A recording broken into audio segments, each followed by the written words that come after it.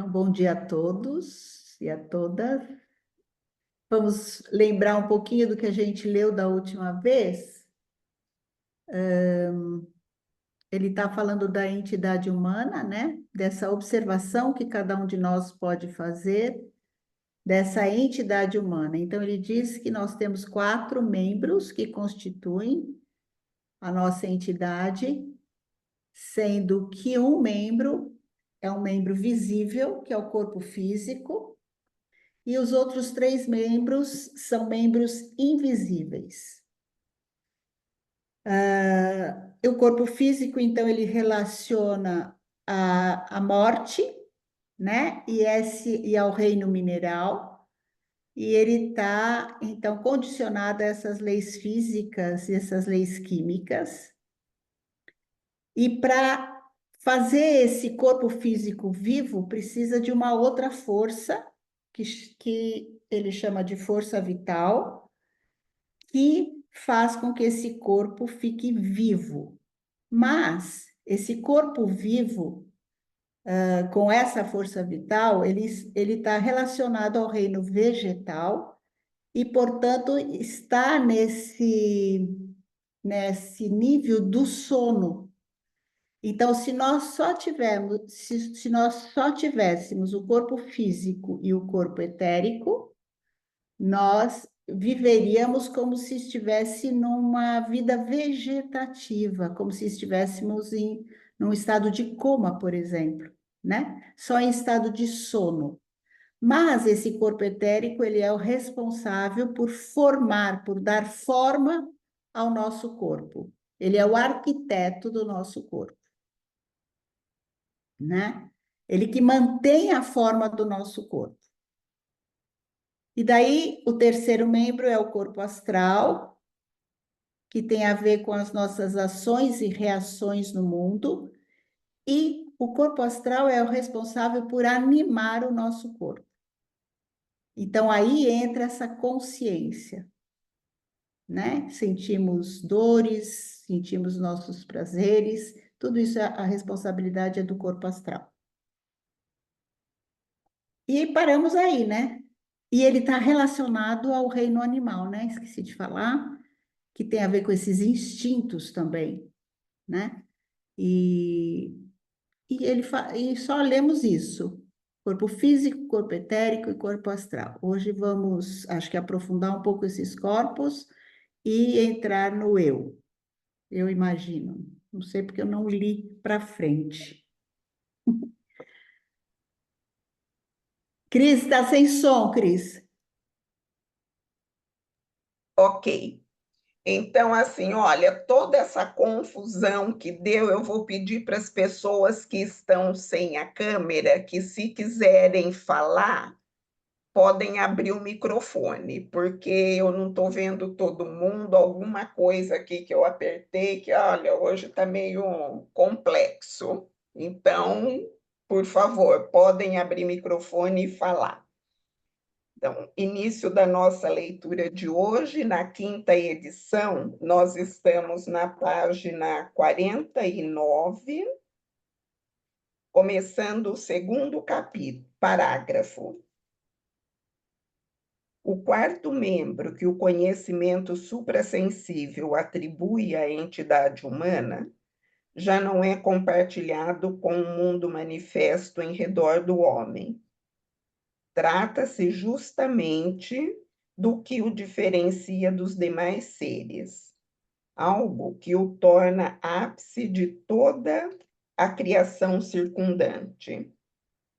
O conhecimento suprassensível dá uma ideia desse membro adicional da entidade humana, indicando que também no âmbito das vivências de vigília existe mais uma diferença essencial. Essa diferença se evidencia de imediato à observação de que, em estado de vigília, de um lado, o homem se encontra continuamente no centro de vivências que tem necessariamente de ir e vir, e de outro, também tem vivências em que isso não ocorre. Tal fato ressalta especialmente ao se compararem as experiências do homem com as do animal.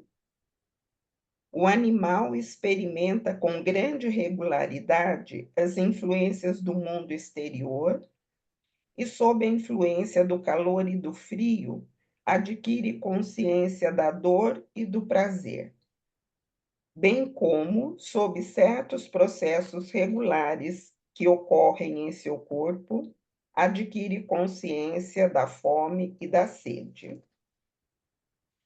A vida do homem não se esgota em tais experiências, pois ele pode desenvolver cobiças e desejos que transcendem tudo isso. Tratando-se do animal, sempre é possível, desde que se investigue suficientemente, descobrir onde, dentro ou fora do corpo, existe um motivo determinante de uma ação ou sensação. No caso do homem, isso não ocorre de maneira alguma. Ele pode criar desejos e apetites para cuja origem não haja suficientes motivos nem dentro nem fora de seu corpo. A tudo que incide nesse domínio deve-se atribuir uma fonte especial. Essa fonte pode ser vista, segundo a ciência suprassensível, no eu do homem, eu entre aspas.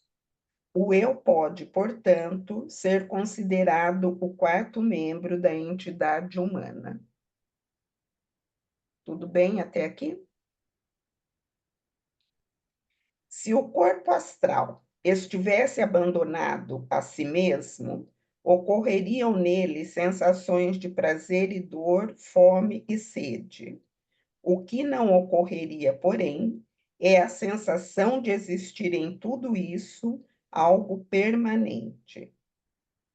Não é esse algo permanente que aqui é designado como eu, mas aquilo que vivencia essa permanência. Nesse campo, é preciso formular os conceitos com toda a nitidez para que não surjam equívocos. Com a conscientização de que há algo permanente e durável no intercâmbio das vivências interiores, começa a despontar o sentimento do eu. Não é o fato de um ser sentir, por exemplo, fome, que se pode conferir-lhe o sentimento do eu. A fome se instala quando os renovados motivos para ela se fazem valer no ser em questão. Então, ele se precipita sobre o alimento justamente pelo ensejo dos motivos renovados. O sentimento do eu só surge quando não apenas se impõem esses renovados motivos para a busca do alimento, mas quando da prévia satisfação da fome resultou um prazer e a consciência desse prazer permaneceu, de modo que não somente a presente vivência da fome, mas a vivência passada do prazer suscitam o impulso para o alimento. Tudo bem? Ô, Cris, será que podia ler de novo essa parte? Essa Posso? do. Ai, é que a minha versão é diferente da tua e ela é uma parte bem complexa. Então, eu vou ler o parágrafo todo, a partir dali, se o corpo astral. Se o corpo astral estivesse abandonado a si mesmo, ocorreriam nele sensações de prazer e dor, fome e sede. O que não ocorreria, porém, é a sensação de existir em tudo isso algo permanente. Não é esse algo permanente que aqui é designado como eu, mas aquilo que vivencia essa permanência. Nesse campo, é preciso formular os conceitos com toda a nitidez para que não surjam equívocos. Com a conscientização de que há algo permanente e durável no intercâmbio das vivências interiores, começa a despontar o sentimento do eu. Não é o fato de um ser sentir, por exemplo, fome, que se pode conferir-lhe o sentimento do eu. A fome se instala quando os renovados motivos para ela se fazem valer no ser em questão. Então, ele se precipita sobre o alimento justamente pelo ensejo dos motivos renovados. O sentimento do eu só surge quando não apenas se impõem esses renovados motivos para a busca do alimento, mas quando da prévia satisfação da fome resultou um prazer, e a consciência desse prazer permaneceu, de modo que não somente a presente vivência da fome, mas a vivência passada do prazer suscitam o impulso para o alimento. Ficou melhor, Ângela? Muito obrigada. Ficou. Eu Quer só te comentar? acompanhei. Ah, quer Ficou bem. comentar algo, Eliana?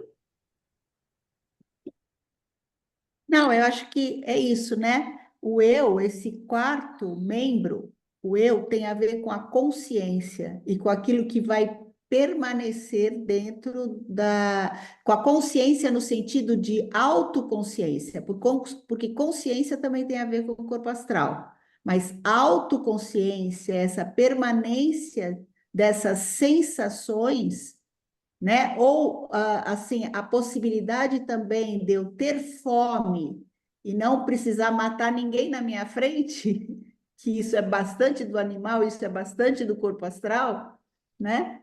Então, essa é a entidade do eu, né? Nina, será que eu posso pegar um exemplo pessoal para ver se eu entendi?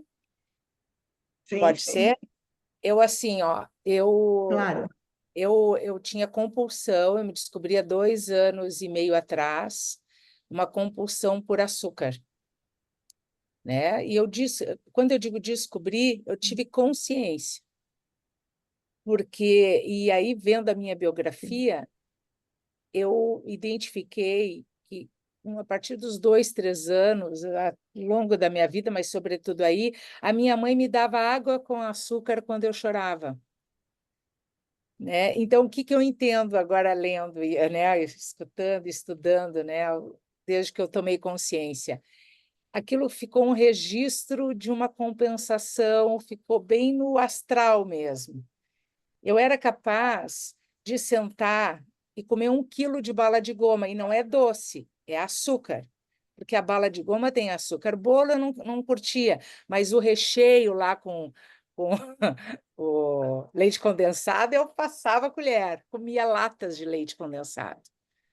Então, num ápice da minha biografia em doença, aos 59 anos, bem Saturno chegou e, enfim, eu descobri isso. Veio a consciência real do eu. E faz 2 anos e meio que eu não como mais açúcar. E essa compulsão, eu comecei a me tratar como Sim. uma adicta, né? Por hoje, não. Por hoje eu não vou comer, né? Então, com a consciência, acredito eu, do eu, e não né, da astralidade, da busca só da Da compensação. astralidade, É, acho que é isso, né? Agora me veio essa compreensão. exatamente. É por isso que Exatamente. eu passei a ter uma conduta diferente. Eu Alguém também compreendo mais? dessa forma. Oh, desculpa, Eliana. Não, tudo bem, é isso mesmo. Eu também compreendo dessa forma. O eu vem E ele toma a decisão. O eu escolhe, o eu toma a decisão. O astral não, ele vai pelo instinto, né? Ação e reação, como o animal, né? A gente pode associar ao animal. É. Mais alguma contribuição? Se não, continuamos. Bom, assim como o corpo físico se desintegra quando o corpo etérico não o mantém, e assim como o corpo etérico emerge na inconsciência quando o corpo astral não o ilumina, o corpo astral teria de deixar repetidamente o passado cair no esquecimento, se este não fosse transportado ao presente pelo eu. O que a morte é para o corpo físico e o sono para o corpo etérico, a mesma coisa é o esquecimento para o corpo astral. Pode-se também dizer que ao corpo etérico pertence a vida, ao astral a consciência e ao eu a recordação. Mais facilmente do que atribuir consciência às plantas, pode-se incidir no erro de falar em recordação no caso do animal.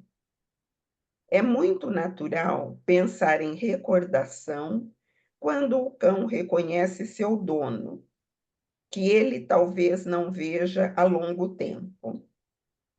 Na realidade, porém, esse reconhecimento não depende de recordação, e sim de algo completamente diverso.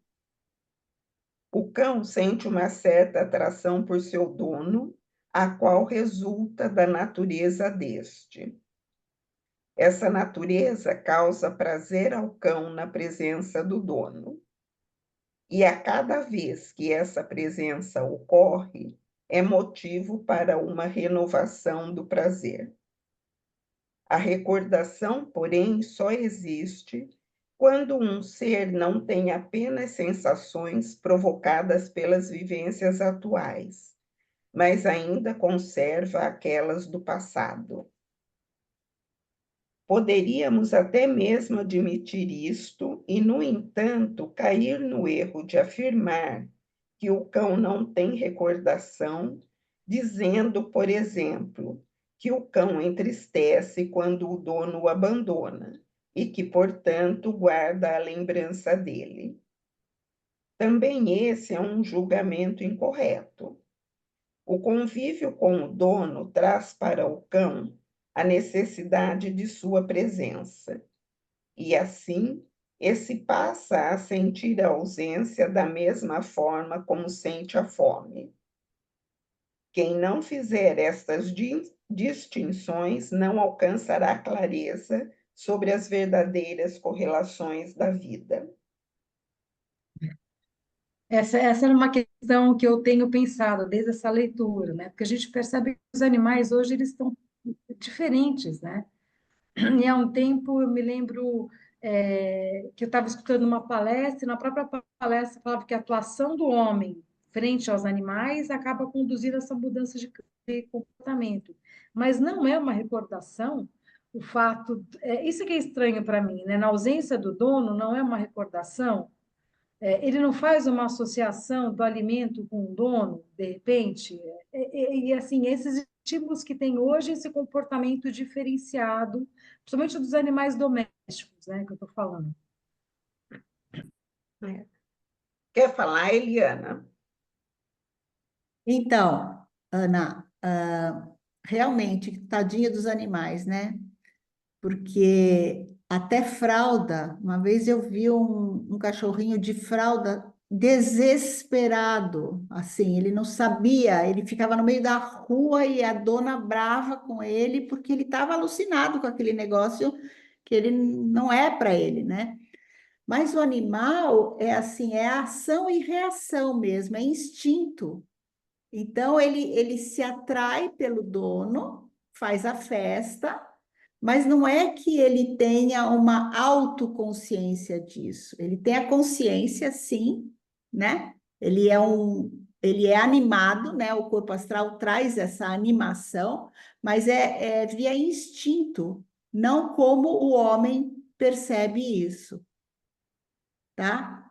Embora cada vez mais os animais estão sendo humanizados, né? Mas isso não tem a ver com a autoconsciência do animal. Ele não tem uma autoconsciência.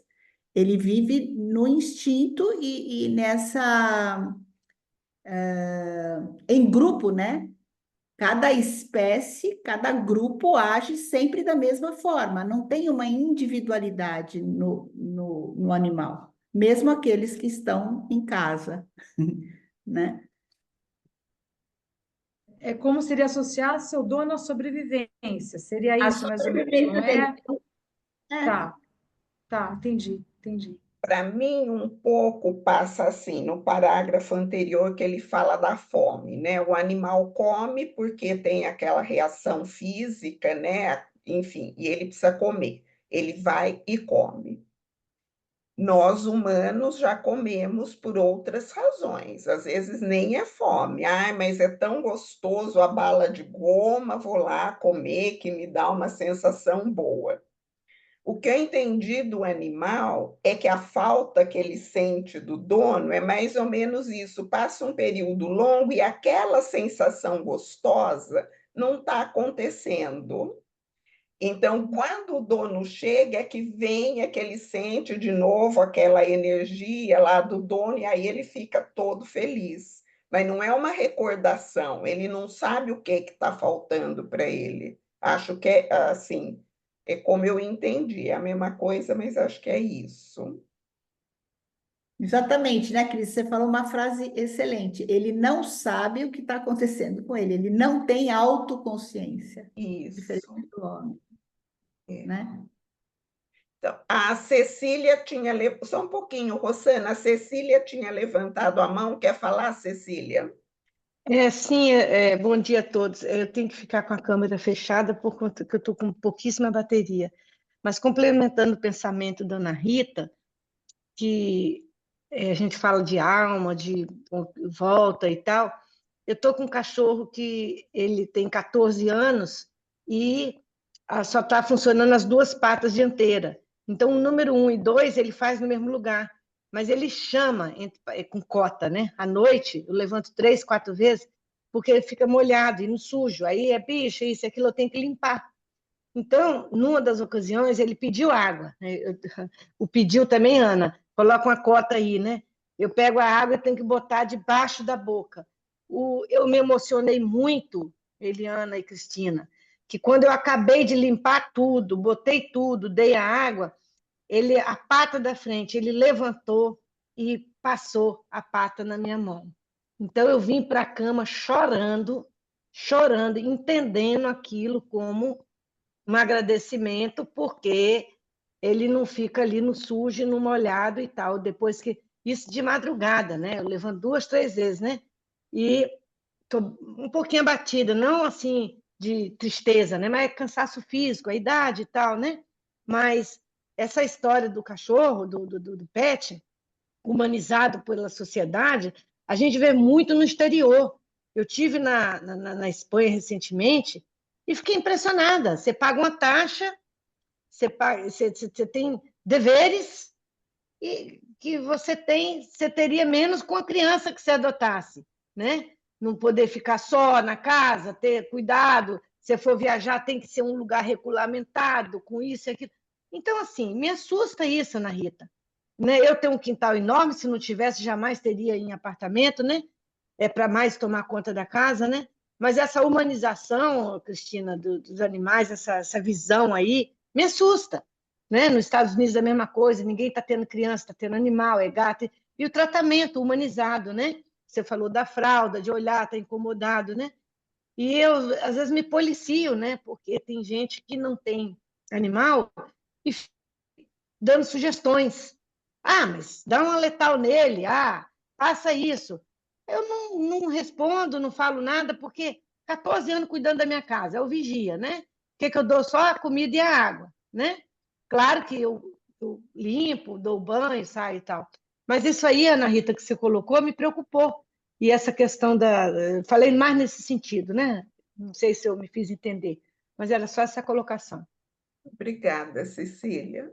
Rosana? Então, eu também não tenho animal, moro em apartamento, tá? Eu sou das plantas.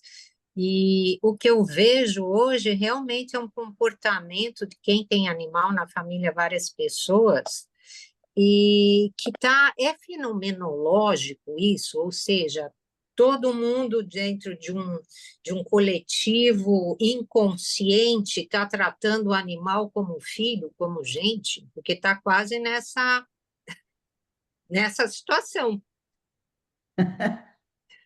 É isso. Final dos tempos, né? É, muito bem. Vamos ler mais um pouquinho?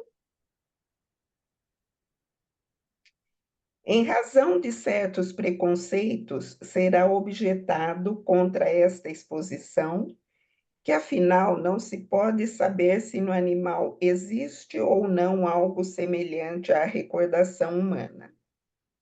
Tal objeção, porém, repousa numa observação inexperiente. Quem realmente é capaz de observar de maneira sensata como o animal se comporta em relação às suas vivências, percebe a diferença entre esse comportamento e o do homem. Então, terá bem claro que o animal não se comporta de um modo correspondente à ausência de recordação. Para a observação suprassensível, isso é absolutamente claro. No entanto, o que dessa observação suprassensorial vem imediatamente à consciência, pode ser reconhecido em seus efeitos nesse âmbito também pela percepção sensorial e sua compenetração pelo pensar. Ao se dizer que o homem sabe de sua recordação pela observação anímica interior, que, no entanto, ele não pode constatar no caso do animal, tal afirmação está fundada num erro fatídico. O que o homem tem a dizer sobre sua capacidade de recordação não pode, em absoluto, ser deduzido de uma observação anímica interior, mas apenas do que ele experimenta consigo mesmo em suas relações com as coisas e processos do mundo exterior. Essas experiências, seja consigo, com outra pessoa e também com os animais, ele faz exatamente da mesma maneira. Trata-se de uma ilusão que ofusca o homem quando ele pensa julgar a existência da recordação apenas pela observação interior. Tudo bem? Então, é quando o homem vivencia, por isso que se traz essa recordação, seria isso. É o que eu entendi. E ele tem consciência dessa vivência, que o animal não tem. A autoconsciência, né, dessa vivência, dessa experiência. É isso, né, Eliana? Sim. Vou ler mais um pouquinho aqui, mais um parágrafo que é pequenininho. O substrato da recordação pode ser denominado intimamente. Já o juízo sobre esse substrato é adquirido, inclusive para a própria pessoa, pela visão das relações do mundo exterior. E o homem pode julgar essas relações tanto em si mesmo como nos animais. Com respeito a essas coisas, nossa psicologia comum sofre por suas ideias totalmente deficientes, inexatas e em alto grau ilusórias em consequência de erros de observação.